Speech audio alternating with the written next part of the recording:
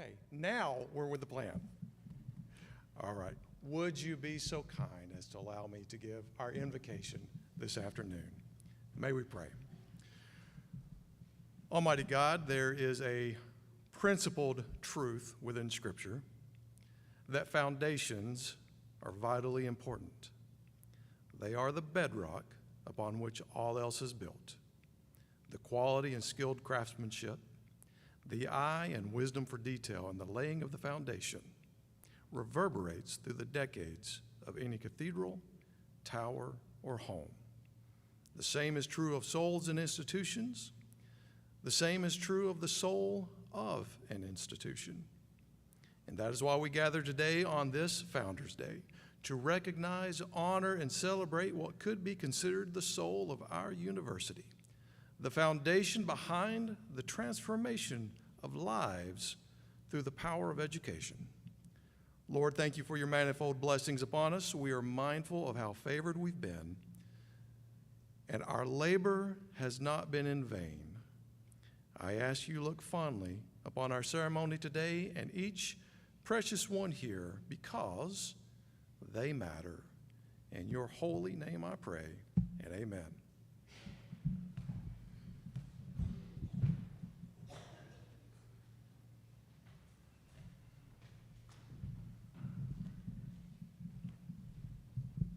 So now it's my privilege to welcome our SGA president, Mr. Zach Strobert. Zach, would you please come to the podium?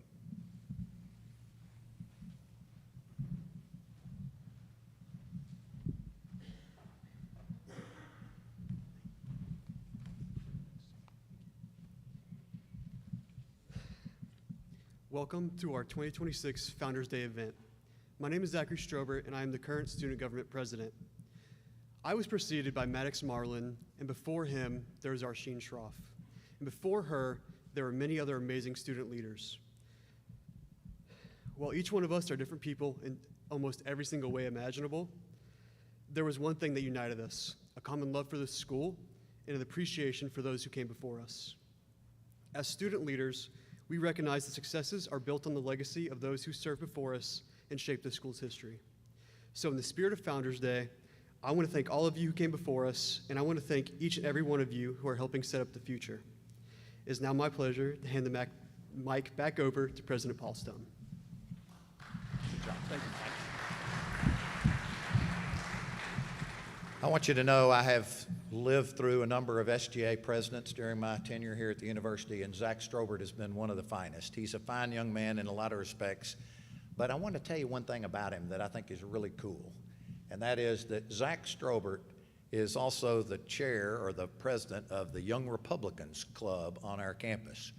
But recently, he was also instrumental in helping start the Young Democrats Club on campus, which I think speaks to what we need as a society today, to have, even if we don't always agree, we can have civil discourse with one another, can we not? And Zach has been a champion for that on our campus, and I'm very proud of him for that reason, among others.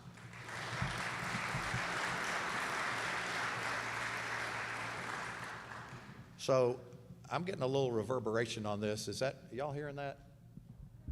Is it okay? All right. I get to do a lot of really fun things in my job, and one of which is to hand out diplomas, which we're going to do in about 2 weeks. The tradition of commencement, which we celebrate on the first weekend in May every year, is one of my favorites. And this year, we will have our largest ever graduating class, largest in 184 years. And we will graduate 1,041 students in 2 weeks, which is exciting. But today, I get to do one of my also favorite things, and that is to honor 2 very special members of the Cumberland family. And today, we get to declare or put upon, based on the vote of our trustees, the title of emeritus for 2 very special members of our family. Together, these 2 people have more than 66 years of combined experience and service to this institution. The recognition of emeritus, though, is not given based on solely on longevity. It takes into consideration their quality of their work, their dedication to the university, and their tremendous impact on our mission.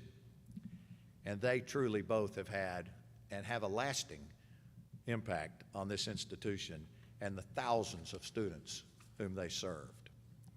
It therefore gives me great pleasure today, on behalf of Cumberland University's Board of Trustees, to confer upon Ms. Judy Jordan the title of Emerita Vice President of Finance, and upon Mr. Mitch Walters the title of Emeritus Instructor of Physical Education and Assistant Athletic Director. I want to tell you a bit more about these two as I ask them to come up on the stage as I talk about them. Judy, we'll start with you. Ms. Judy Jordan served Cumberland for 33 plus years, first as an accountant and then as Vice President for Finance. She earned a BS in accounting from the University of North Alabama, and she's a certified public accountant, CPA, licensed to practice in the state of Tennessee. After her original retirement several years ago, Ms. Jordan was requested and agreed to come back and help us out and come out of retirement. And then she retired again. And then after that, we asked her to come back again. And she's come back twice, and I'm really not sure she's not going to come back a third time if we need her to. But she's been so gracious, and we're so appreciative of that. She helped us, though, most recently to recruit and secure, and she helped train our new CFO, Mr. Dave Runyon, and I'm grateful for that, among the many other things that she's done. Judy has several members of her family here with us today. They include her husband, James, who's also our organist. James, thank you. Also, her children, Dr. Bradley Jordan and his wife, Grayson, Ms. Lauren Pack and her husband, Andy, and their children, AJ, Arlo, John, and Jenny. Will you all please stand and be recognized, the family? Yeah, and James.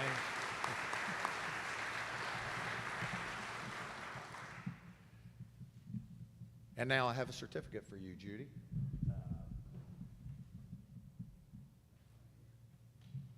So please join me in congratulating again Emerita Vice President of Finance, Judy Jordan. Okay, yeah, please. I just wanted to say thank you all so much for this. Being named Vice President Emeritus of Cumberland University is an honor that humbles me more than I can express. After many years of service here, this recognition touches me not just because of the title, but because of the relationships, a lifetime of relationships in this whole community that has helped shape my life. When I first began working at CU, I began at a desk in the hallway just outside this room. I could not have imagined the journey ahead, the challenges that taught me, the opportunities that inspired me, and the people who made every day meaningful. I've had the privilege to work alongside dedicated faculty, staff, and leaders who care very deeply about this institution and its mission. And of course the students, the heartbeat of this place. Watching the students enter as freshmen and succeeding in their academics and then going out into the world to be successful is one of the greatest joys of being here. To be honored in this way is something that I will carry with deep gratitude. Thank you, Dr. Stone. Thank you to the Board of Trust, to my colleagues, CU students, alumni, and the entire Cumberland University community for trusting me, supporting me, and allowing me to serve. Thank you to my family, too. And some could not be here today, unfortunately, so I appreciate your support all the years that I was working, as well as I see a lot of former colleagues and friends here. Cumberland will always be a part of my life and a part of the memories. I look forward to cheering on its continued success in the future ahead. Thank you again for this extraordinary honor.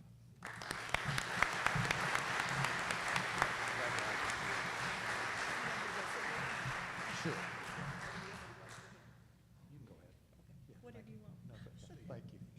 Oh, Mitch wants you to stay up. Yeah, All right. So now it's my privilege to talk about Mr. Mitch Walters.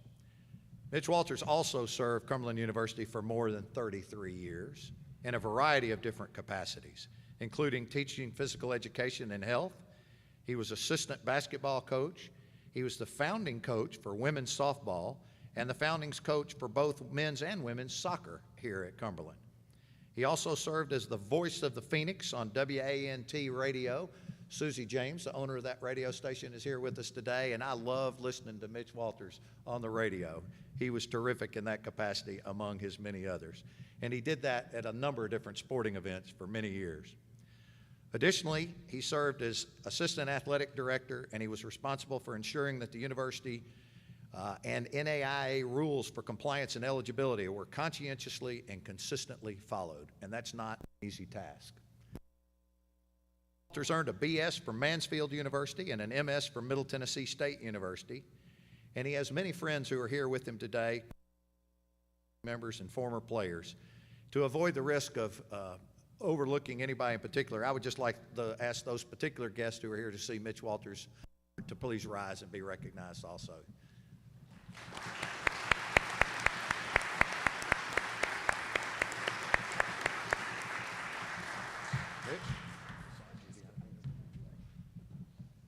Thank you, Dr. Stum. I'd like to thank the university for this. I was blessed. Years ago, the university gave me the opportunity to live out a dream that I had as a young man growing up, and that was to be a college basketball coach. And I got to do that among a lot of other things here, but it was a good journey, and that was because of some of the folks we worked with and the student athletes that we dealt with. And greatly appreciate it. Thank you.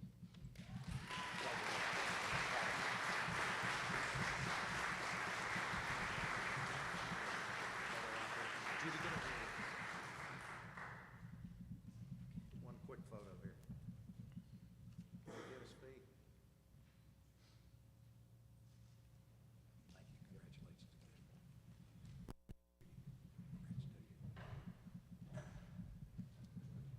I do want you to know, in 66 combined years, it's hard for me to even imagine how many student lives, as well as faculty and staff, colleagues' lives, have been touched by these two individuals. It's now my privilege to introduce one of my favorite people here at the university, my colleague, Dr. C. William McKee, who's our Provost and Vice President for Academic Affairs. Dr. McKee? He likes thunderous applause.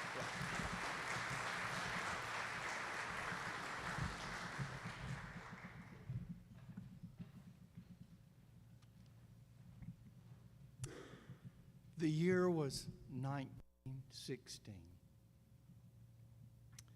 The United States was 140 years old, and the university was in its 74th year. The major world event in 1916 was the beginning of the First World War. In Tennessee, the big issue was the consumption of alcohol. The governor was Thomas Clark Rye, who ran on the platform, Thomas Rye is a dry. And the people elected him, and so he felt the need to close the saloons in our beloved state. And in 1916, the saloon in Lebanon was closed because they did not want the law students deterred from their studies. What do you think about that? In the area of medicine, the British Medical Service did the first blood transfusion that was successful. In the area of recreation, the National Park Service was authorized. In the area of public health, the first clinic for birth control was established, and the first woman was elected to the United States House of Representatives. In the area of employment, the 40-hour work week was made into law. Now, that's what was happening in the country, That was what was happening in our state. Now, what was happening at Cumberland other than the saloon was closed? There was an undergraduate school and a law school here. And the undergraduate school was much, much smaller than the law school. In 1916, there were 16 seniors, 11 juniors, 14 sophomores, and 35 freshmen. Now, students have said all along they wanted small classes. I think we would have accomplished that in 1916. The law school was a 2-year program that had 84 seniors and 53 juniors.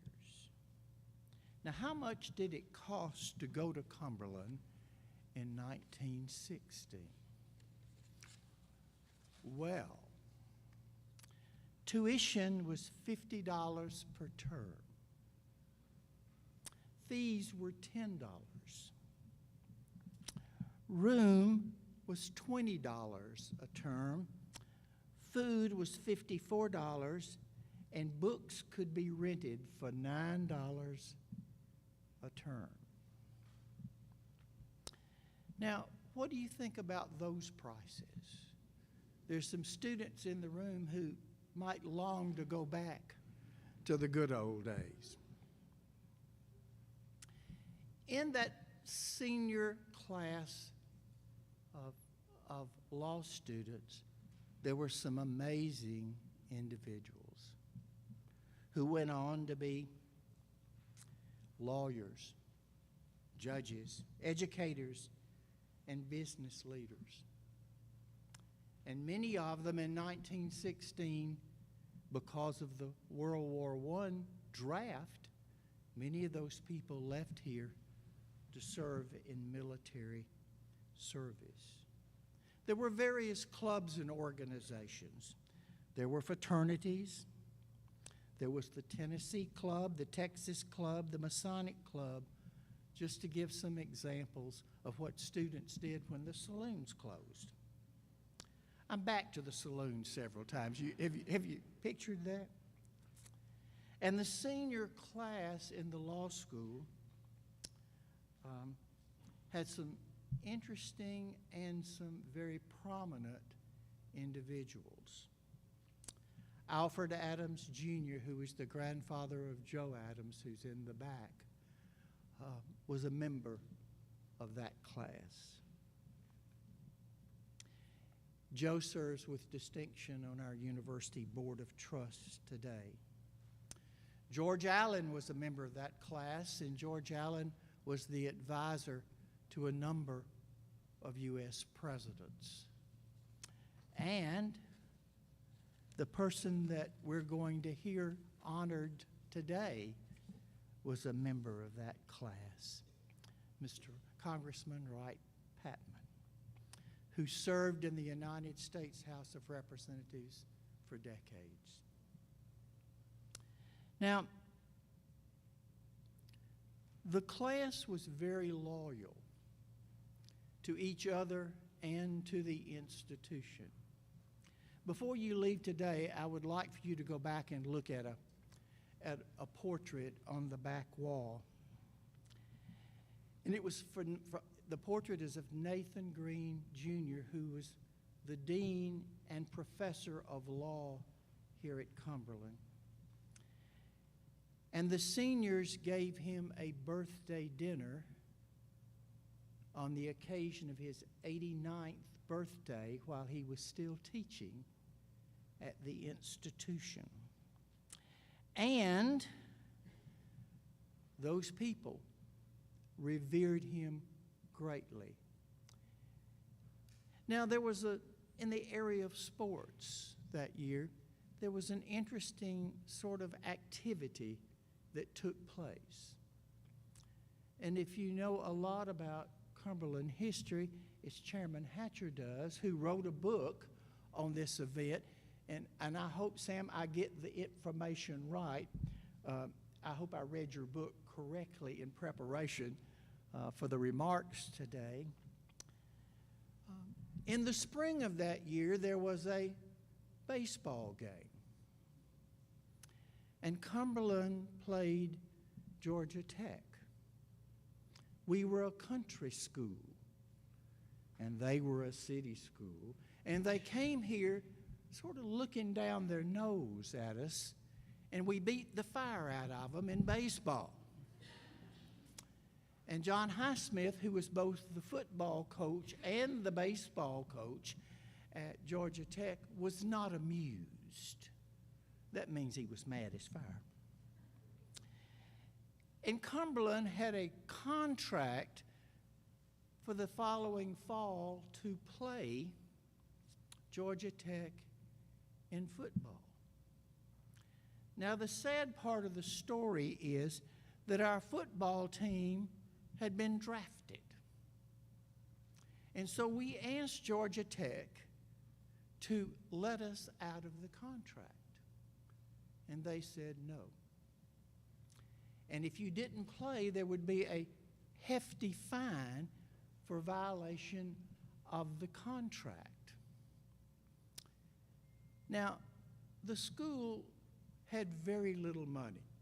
Miss Jordan, that's a history of the place. We had very little money. So into the breach stepped the men's glee club and the Kappa Sig fraternity. Now, let me say that again. Into the breach stepped the men's glee club and the Kappa Sig fraternity, and they got on a train and went to Atlanta to play Georgia Tech. The men's glee club and the Kappa Sig fraternity. Now, I'm proud of that fact because the Kappa Sig fraternity and the men's glee club loved the place enough to step into the breach. And so they went to Atlanta and they played football, and Coach Heisman wasn't over the baseball loss. And so he decided to, quote, pour it on, end of quote. And the score of that game was 222 to nothing. It is the most lopsided score in collegiate football history. And every year on the anniversary of that, we become an object of the nightly news who shares that with the world every year. Now, some people would get upset about that. I'm not. Because the Kappa Sigma fraternity and the men's glee club stepped into the breach.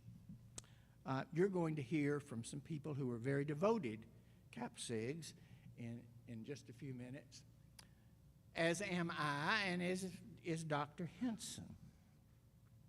Now, I share that story with you because at times in the history of the institution, when it was necessary, our students have always stepped in.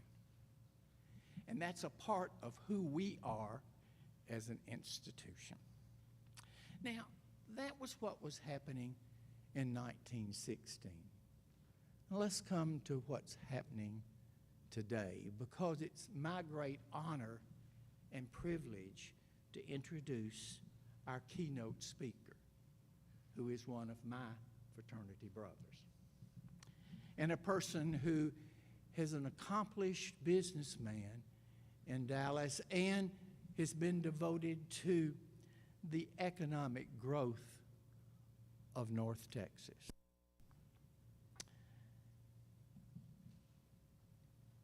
His life was shaped by the Greek system when he was enrolled at Texas Christian University.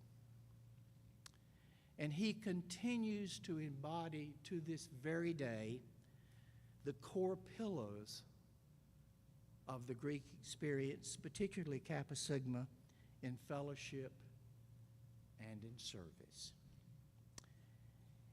And he used his collegiate leadership abilities, the things that he learned and earned by being a Greek, into his executive excellence.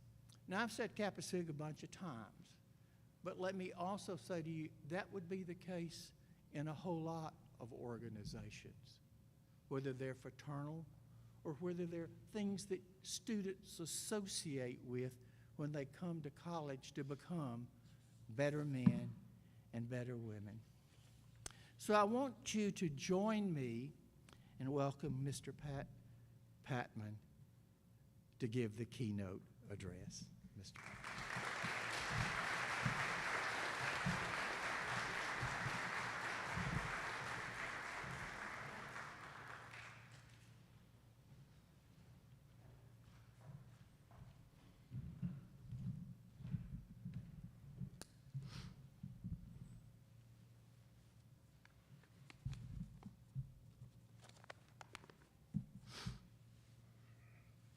Good afternoon. For those who don't know me, my name is Connor Wright Patman Jr. Everybody knows me as Pat, a nickname Wright Patman gave me when I was just a little kid. I'd like to take this opportunity to give special thanks to President Paul Stum and Jenny Bennett and his entire staff, and I want to say hello to my friend Sam Hatcher. Thanks for being here, Sam. And if you hadn't read his book, How's the First Trophy? You should. The Patman contingency that made the trip to Lebanon today includes my wife, Mary Beth Patman, our son, Jeffrey Wright Patman, my sister, Deborah Patman Shimming, and her husband, Alan, and Madam Ambassador Corin F. Patman and her husband, Jim. Please stand and be recognized.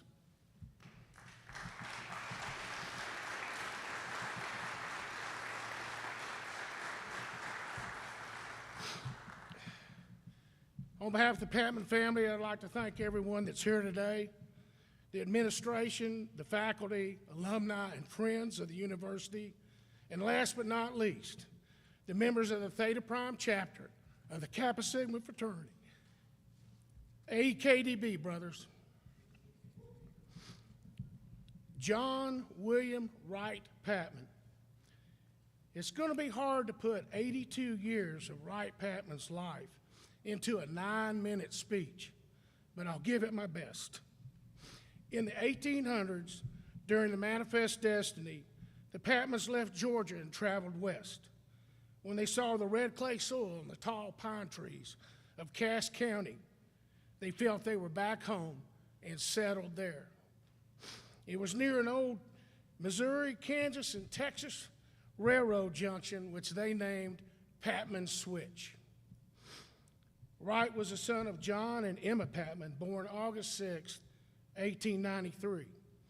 He had a younger sister named Benny. He stayed in close contact with his entire life. As a young boy growing up, Wright worked for his father's freight company, driving a mule team drawn wagon, delivering goods to the local families and businesses. He graduated from Hugh Springs High School in 1912. In 1914, there were 28 young Texans who made their way here to Cumberland University, one of which was Wright Patman. They called themselves the Texas Club. In 1916, Wright received his law degree and was admitted to the Texas bar the same year. In 1917, during World War I, he enlisted in the United States Army as a private. In 1919, he received a commission as a first lieutenant and was a machine gun officer in the Texas National Guard. He married Merle Connor, who we all call Grand Merle. He had 4 sons, Connor the oldest, Harold, William, and Charles the youngest, who died from rheumatic fever at the young age of 10. Connor and Bill were both attorneys at law, and Bill was a lawmaker like his father and served as a Texas state senator for 24 years and a U.S. congressman from Texas for 4 years. Wright was elected to the House of Representatives the Texas House of Representatives in 1920. He served 2 terms and was a desk mate of Sam Ely Johnson, Lyndon Johnson's father. His campaign slogan was, "You can't go wrong with Wright." He used that slogan his entire political career. How could you make it better, right? He left the State House in 1924 when he was appointed district attorney for the 5th Judicial District of Texas. In 1928, he was elected to the United States House of Representatives from the 1st Congressional District of Texas. He was considered by many to be a populist, a man who championed legislation for the little man or the small businesses. He fought high interest rates, inflation, and big banks his entire career. A few of the very few, I say very few too, more notable legislation that Wright-Patman enacted into law are as follows. He single-handedly wrote all the legislation that created credit unions so individuals and small businesses could borrow money at reasonable rates. And yes, the Wright-Patman Federal Credit Union is still open for business today in the United States Capitol building. He enacted into law the famous Robinson-Patman Act, which protected small independent retailers and retail businesses from the big monopolies. He enacted legislation for rural electrification to provide electricity to our nation's farmers and ranchers. He was one of the authors of the legislation that enabled the Corps of Engineers to build lakes and reservoirs throughout the United States. Wright-Patman Lake is a Corps lake located on U.S. Highway 59, both in Bowie and Cass counties, south of Texarkana, Texas. Committees. Because United States Congress used a seniority system to determine chairman, he ended up being chairman of 4 committees. The powerful House Banking and Currency Committee, which is now the House Financial Services Committee. The House Joint Economic Committee. The Joint Committee on Defense Production, and the Committee of Interior and Insular Affairs. The House Financial Services Committee room is named the Wright-Patman Room, one of only a few committee rooms named after a member of Congress. He became Dean of Congress late in his career, meaning he had served longer than any other serving member of Congress. Retirement. We were lucky as a family to see him once a year, either Christmas or Easter. The rest of his time was spent in Washington, D.C., serving our country. In 1975, he made the decision to retire from Congress when his term expired. We were all excited. The person that we all knew as a father and a grandfather was finally coming home. But it never happened. He died in office March 7th, 1976 of pneumonia at the age of 82, and we never got to see him again. His body was flown on Air Force One to Texarkana, Texas, where his funeral services were held at the First Baptist Church. U.S. Representative Jim Wright from Fort Worth, Texas, who later in his career became Speaker of the House, gave the eulogy, where over 300 members of Congress attended. Years later, after Speaker Wright had retired, I would see him in his office in Fort Worth, where he would share memories with me of Wright-Patman and his accomplishments. The last time I saw Speaker Wright at his office, he put his hand out to shake mine and looked me right in the eyes as I was leaving. And he said, "Pat, your grandfather was one of the greatest men to walk the halls of Congress." I'm sorry. John William Wright-Patman was an honest man.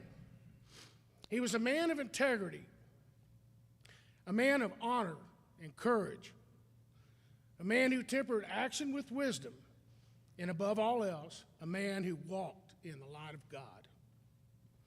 In closing, I would like to encourage everyone that's here today that's interested in giving to the university to please consider the Wright-Patman Scholarship, which will provide financial aid to a worthy pre-law student and allow Wright-Patman's historic legacy to live on here at Cumberland University.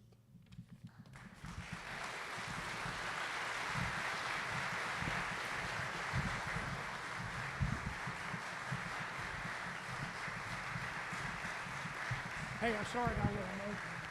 This is hard, man. It's tough.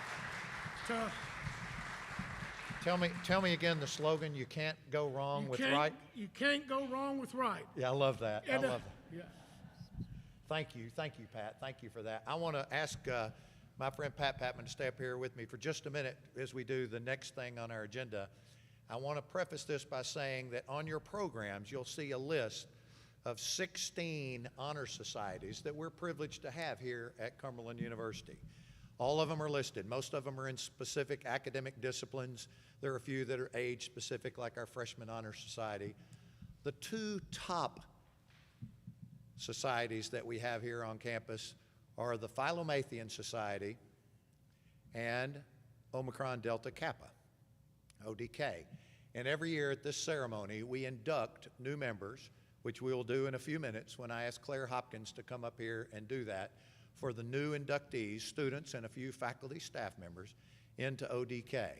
But before he leaves the stage, we have another special thing to do, and that is his grandfather, Wright Patman, was a member of the Philomathian Society, but we didn't have ODK. In fact, it hadn't been started back when your grandfather was here.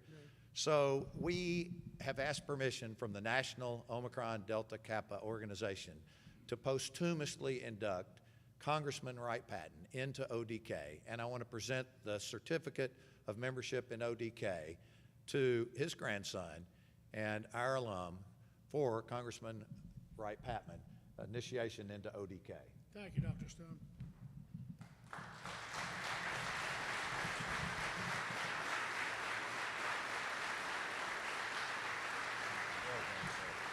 It was tough. I got through it though. All right, I'm going to now ask Claire Hopkins to come up and induct the other members, the fellow members to Congressman Patman into Omicron Delta Kappa.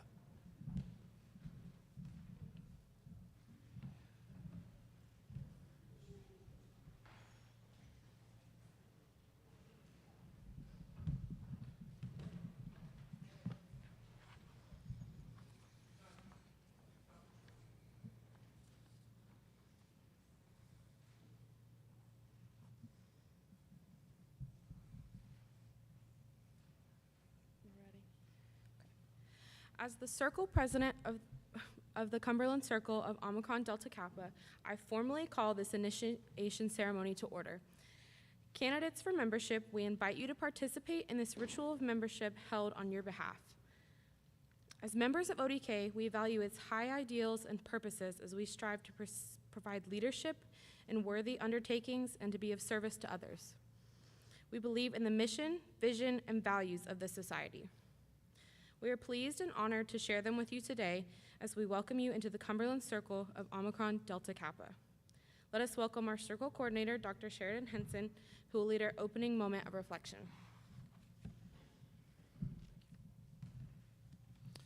We are grateful for the privilege of leadership and worthy undertakings and for the ideals of Omicron Delta Kappa. As we gather to confer the honor of membership upon these duly elected individuals, we hope that all assembled here will find a renewed vision of the meaning of Omicron Delta Kappa. Grant that the desire for creative thinking, for high purposes and ideals, for moral strength and integrity may ever remain close to our hearts. Grant also that we may strive without ceasing to incorporate them into our lives as students, faculty, staff, alumni, and civic leaders. Instill in us the principles of faith and courage, of honest work, and of sacrifice for the tasks that lie before us.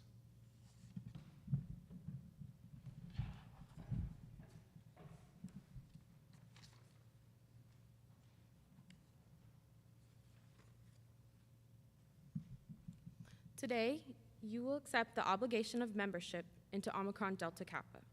As members, you pledge to be an uplifting presence during your time at this institution and throughout your life. As a member, you commit that you will make every effort to practice its high ideals both in private and public life so that the world may see you in a concrete, living symbol of the great principles of Omicron Delta Kappa. Omicron Delta Kappa was founded on December 3rd, 1914, at Washington and Lee University in Lexington, Virginia. Our 15 founders stated that the leadership of exceptional quality and versatility in college should be recognized, that representatives of all pillars of college life should cooperate in worthwhile endeavors, and that outstanding students and faculty members should meet on a basis of common interest, understanding, and helpfulness. Our founders had a vision to unite leaders from all corners of campus life for the good of their institution. They created something unique, a society where students and faculty stand as equals, recognizing and celebrating exceptional leadership. The founders envisioned ODK as a union of student, faculty, staff, and alumni leaders that would be a force for constructive influence. This vision, which we call the ODK idea, proved so powerful that it spread to colleges and universities across the nation, with each new chapter known as a circle. The society in which you are about to become a member has a three-pronged mission: identify, honor, and develop leaders in collegiate and community life, encourage collaboration among students, faculty, staff, and alumni to advance leadership, and promote, publicize, and enhance our ideals. The Society's ideals are represented by our 5 leadership values. Collaboration.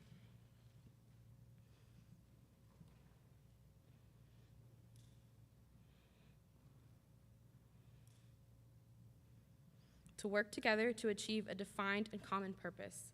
Inclusivity. To actively seek, embrace, and advance a diverse group of individuals. Integrity.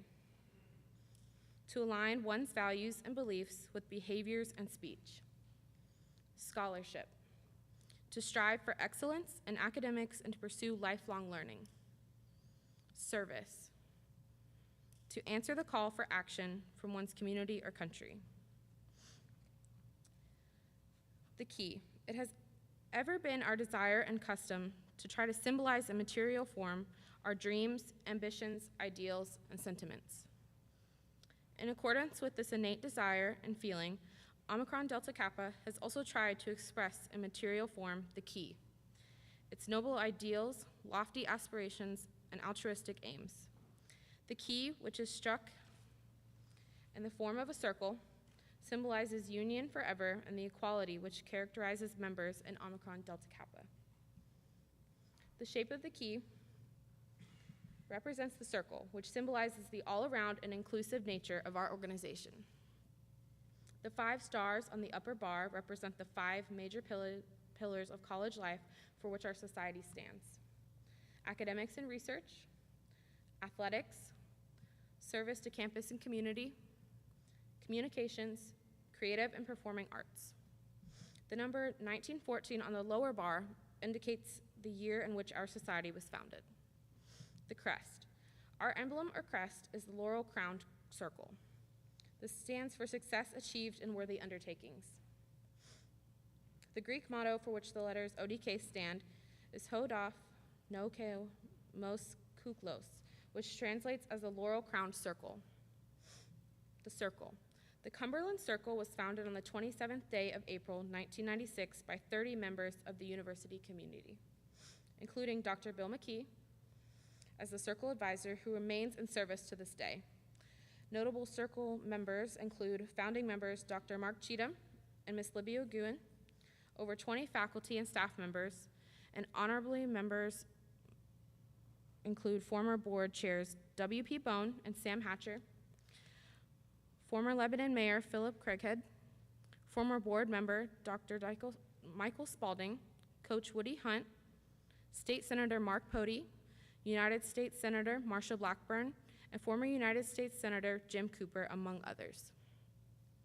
In our 30th year on campus, the Circle has earned a Circle of Distinction Award. 2 Superior Circle Awards, and 6 Presidential Awards of Excellence, the highest circle honors bestowed by the Society. In 2020, Dr. Bill McKee was honored for his steadfast years of service as a recipient of the Eldridge W. Warwick Jr.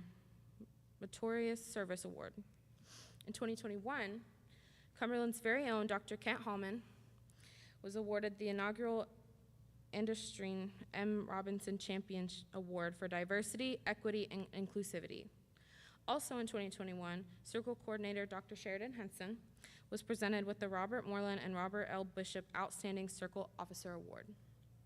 The Cumberland Circle remains a positive influence on our campus and in our communities, and it is now time to initiate our newest influencers in regard to our candidates for membership.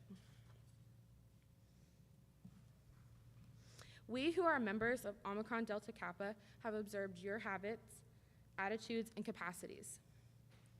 We are pleased with your success, your steady growth as leaders, and your appreciation of the ideals and purposes of the society.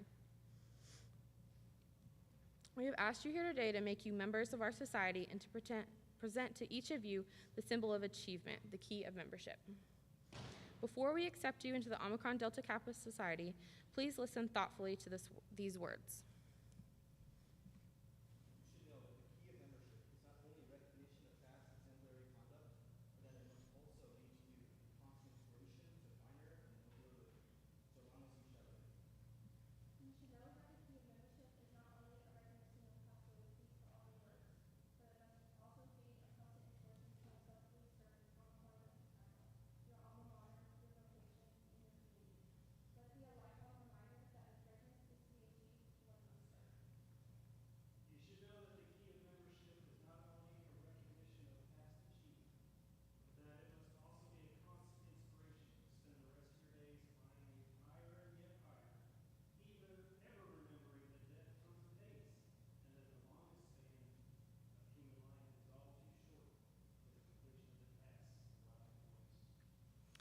All right, will the candidates for membership please stand if you're able?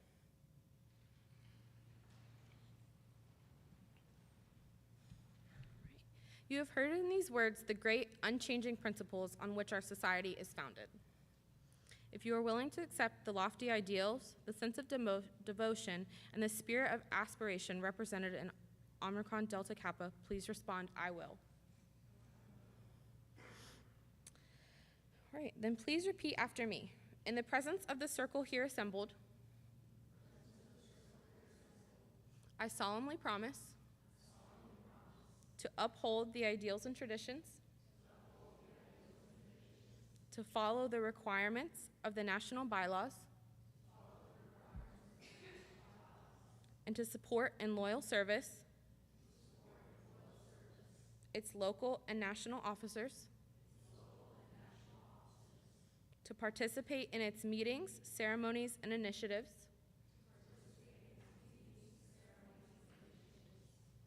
and to diligently foster lifelong leadership. You may be seated.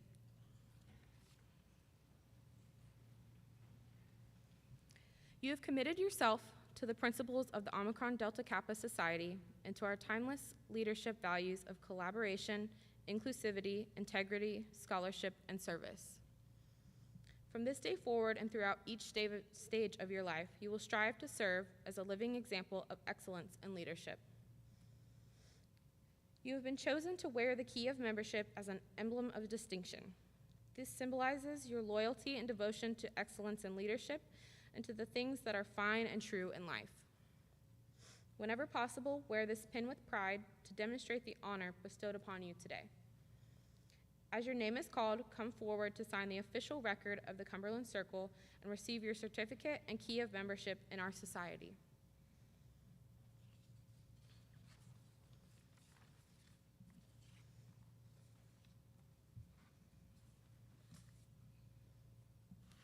Ashley Kai Bankston.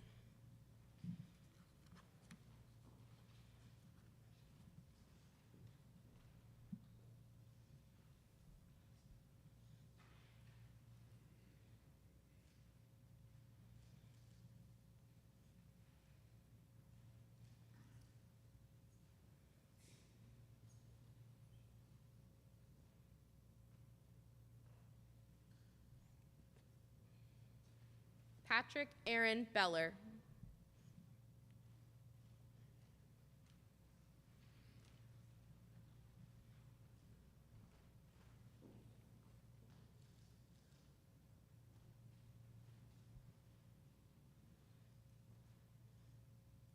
Logan Lewis Chudzik.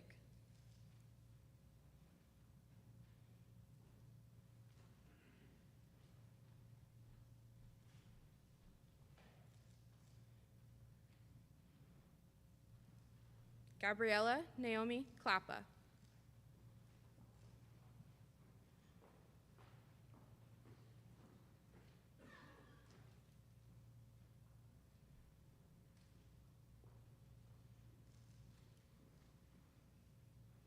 Karen Clopton.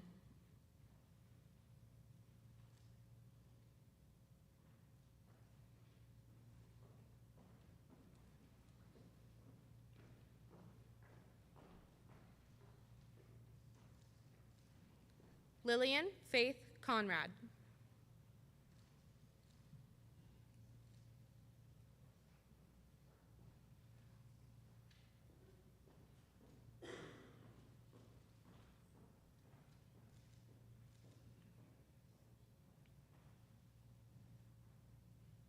Haley Faith Donato.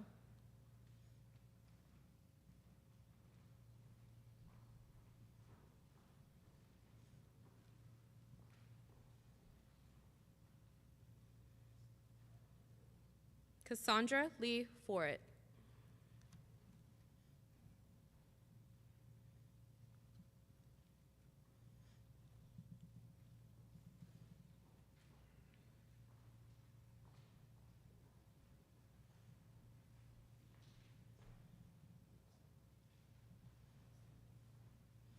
Danielle Nicole Godin.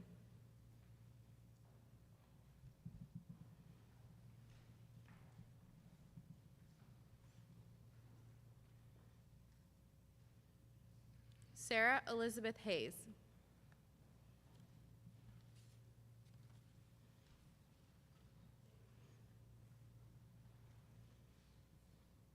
Haley Marie Hogan.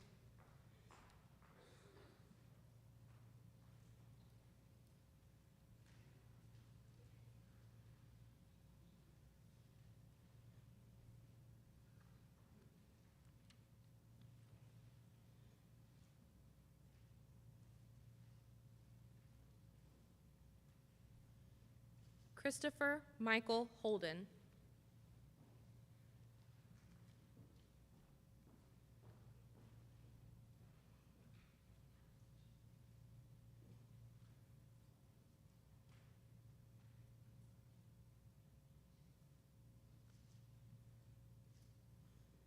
Rayanne Elaine Jenkins.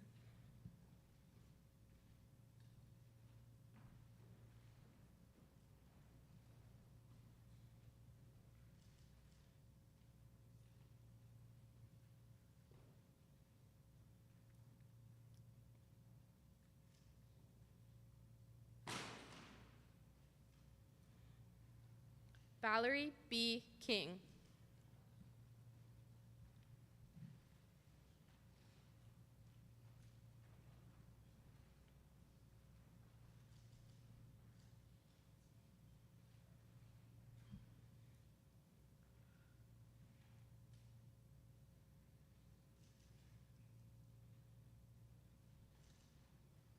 Alexander Linville.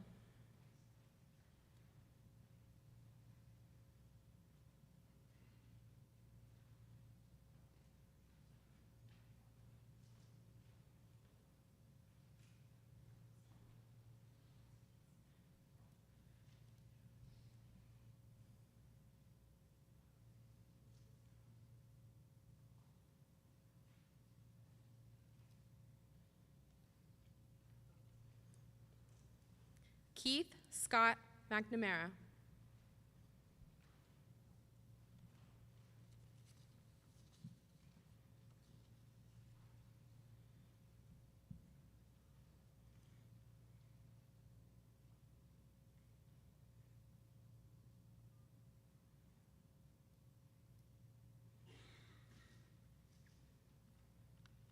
Emelyn Mariana Olivares.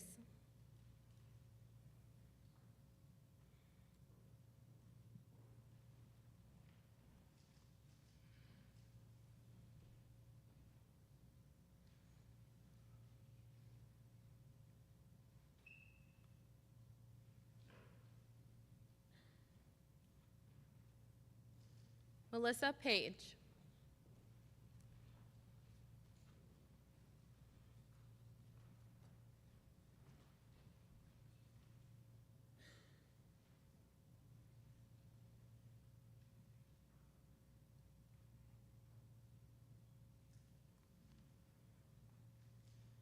Macy Elizabeth Park.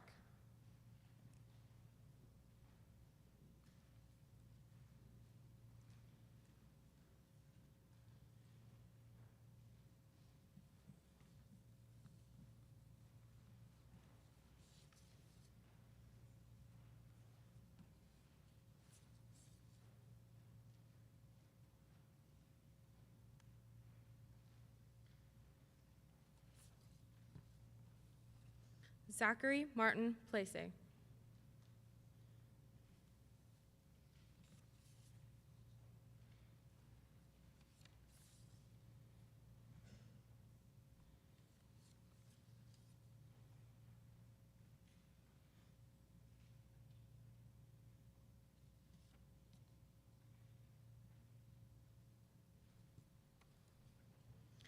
Giselle Marie Quiel de Scott.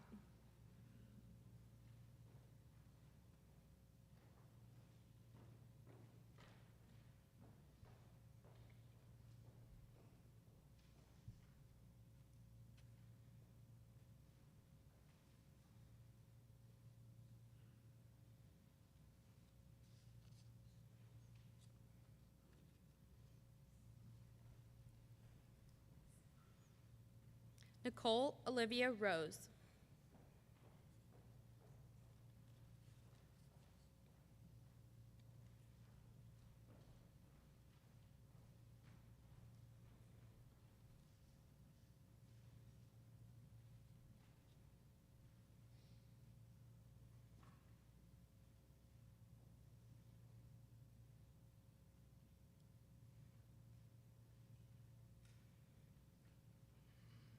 Andrew J. Smith.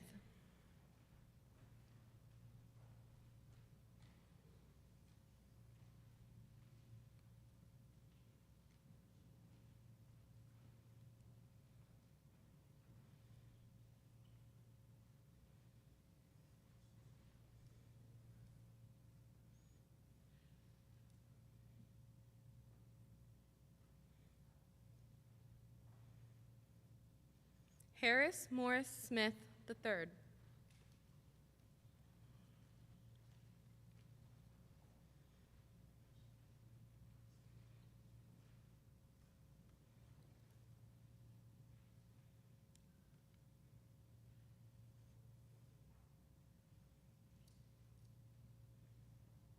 Chelsea Jean Stern.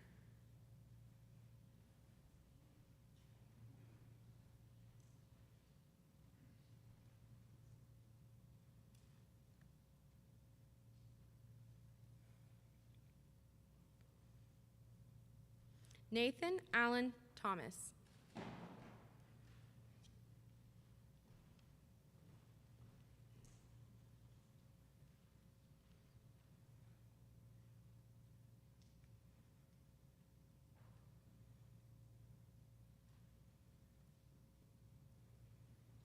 Ame Azora Van Eyck.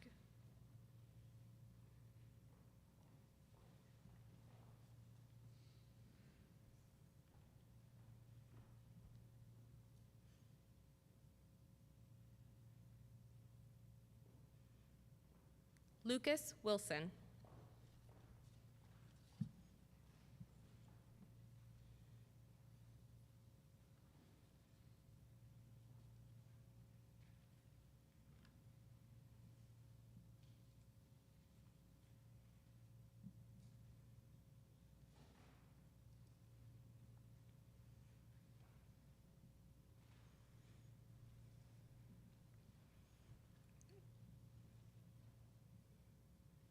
To conclude the ceremony, let us welcome back Dr. Sheridan Henson for our closing moment of reflection.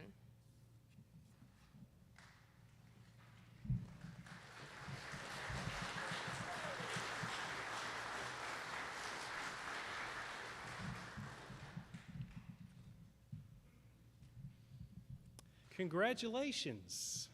As newly inducted members of our society, you have taken upon yourselves the obligation of membership. We hope that you will take with you and incorporate into your daily lives the ideals of excellence in leadership and service that we have affirmed here today. For our closing moment of reflection, our eyes are open to all lovely objects of righteousness and truth, courage and enthusiasm, high impulse and lofty thought. In this, our hour of great dedication, let us go out into the world and keep fresh in our lives the ideals which we have affirmed here today. Dr. McKee for closing remarks.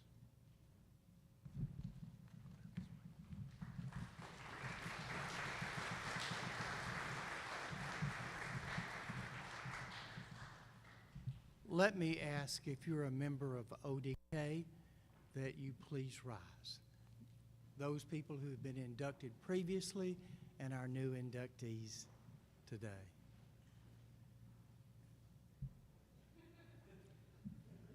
Would you join me in a round of applause for these people?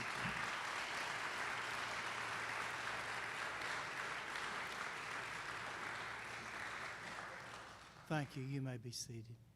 And again, to Coach Walters and Ms. Jordan, we salute you on your recognition today as emeritus members of our faculty. So let's thank them.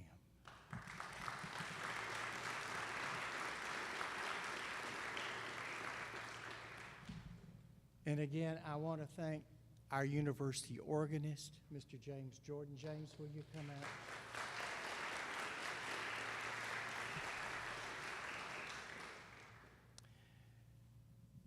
When we're dismissed today, if you will go into the Welcome Center, the Bryant Welcome Center, right off the lobby area, there are refreshments and an opportunity for you to speak to these people and share your congratulations in a personal way. We want to thank everybody for coming, and there will be a recessional, and we ask you to stay in place until the recessional is completed. And we're going to do the recessional in one of Congressman Patman's favorite songs, and you'll recognize this when the organ plays it. So, Dr. Dishman, are you ready?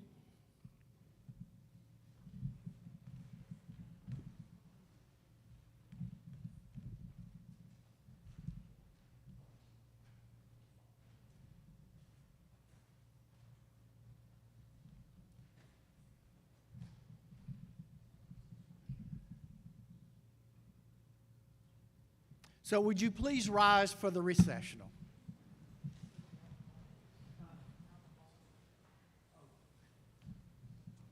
James has reminded me that we're not ready for the recessional. The alma mater is printed in the program. And we're going to sing the alma mater. And Dr. Stone, would you come lead us in the alma mater? I like to do that to him sometimes because he had no clue that that was coming. And James, will you assist? I will assist him since Good, I'm thank behind you. the screen. The words are in your program. And I have it here too if you need it. But we know it. All right? Hail, all hail to Cumberland, sing her praises ever, to her memory ever true, we'll forsake her never, like a phoenix from the ashes, she arose to live again, ever glorious as